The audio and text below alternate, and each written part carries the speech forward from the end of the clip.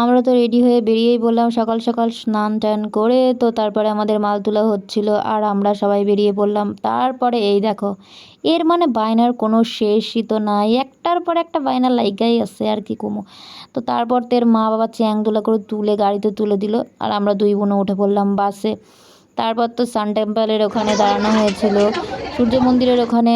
আর বাপরে বাপ কি গরম, কি গরম, গরমের জ্বালায় একদম এমনি তো কায়লা বান্দার, তার মধ্যে আরও একবার হনুমান হয়ে গিয়েছিলাম। তারপর তো একটু অনেকক্ষণ বসার পরে আবার এক জায়গায় গাছের গুঁড়ি পেয়েছিলাম, সেখানে বসে পড়েছিলাম। আর মানে দাঁড়ানোর জায়গা নেই, এত রোদ। তারপরে অবশেষে একটু টিকিটটা পেলাম আর আমরা চলে গেলাম ভিতরে। ভিতরে গিয়ে অনেকক্ষণ দেখলাম মন্দিরটা। তারপর আমাদের রেখে দিয়ে সবাই চলে গিয়েছিল, আমি আর বোন ছিলাম অনেকক্ষণ বসে। একটু ফুরফুর ফুরফুর করে হাওয়া দিচ্ছিল, তো হাওয়া খাচ্ছিলাম বসে বসে। আর আমাদের এই লোককে দেখো, এ তো গরমের জন্য জামাই খুলে ফেলেছে, আর কি বলবো, এত গরমের গরম। তারপর তো আমরা চলে গেছিলাম চিড়িয়াখানা। আর ওই দেখো কোথায় উঠে বসে আছে চিতাবাঘ। আর এই যে জিরাফ, জিরাফটাকে দেখেছে আমার কি কষ্ট হচ্ছিল। আমি যদি একটু জিরাফের মতো লম্বা হতাম তাহলে কি ভালো হতো, আমি যা বাইটে। তার কি বলবো, এই যে হরিণ। তারপরে কিছুক্ষণ পরে হরিণ দেখে তো ছেলেপিলের আনন্দের সীমা নেই। তারপরে কিছুক্ষণ হরিণ দেখার পরে তো অন্ধকার হয়ে গেল। তারপর আমরা বাসে উঠে পড়লাম। আর বাসে উঠে বাবা বিরাট লাইট দিয়েছে, মনে হচ্ছে কালী পুজো। তারপরে আমরা এক জায়গায় দাঁড়ালাম খাওয়ার জন্য, রান্নাবান্না হচ্ছিল সেখানে।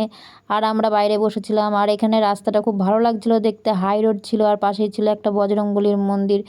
তো আমাদের একদম পাশেই ছিল। আর ঘুম থেকে উঠে দেখলাম পায়ের অবস্থা তো একদম আলু অবস্থা। তারপরে তো আমি একটুখানি খেয়েও নিলাম, মানে আমি সকালবেলায় উঠে একটু লাড্ডুই খেয়েছিলাম। আর সারা রাত যেখানেই বাস দাঁড়াচ্ছে মানুষ সেখানেই ঠুসছে, বাবা কত ঠুসতে পারে, মানে ঠুসার কোনো লিমিট নেই। তারপর তো আমরা চলে এসেছিলাম প্রায় আমাদের বাড়ির কাছাকাছি। যারা যারা চেনো জায়গাটা একটু কমেন্ট করে দিও। আর আমরা বাড়ির কাছাকাছি চলে এসেছিলাম আর বাসটা এসে অবশেষে দাঁড়ালো। অবশেষে তো দাঁড়িয়েই পড়লো বাড়ির জায়গায়। তো আমরা সবাই ব্যাগ ট্যাগ নামিয়ে নিলাম আর আমার জামাইবাবুরা বাসের থেকে ব্যাগ ট্যাগ নামাচ্ছিল।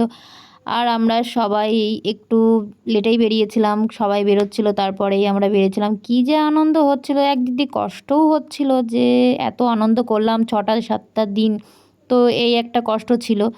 কিন্তু যখন ভাবলাম যে না বাড়ি চলে আসছে তখন তো একটা। আমার ভিডিও তোমাদের কেমন লাগলো, ভালো লাগলে একটু লাইক কমেন্ট শেয়ার করে দিও।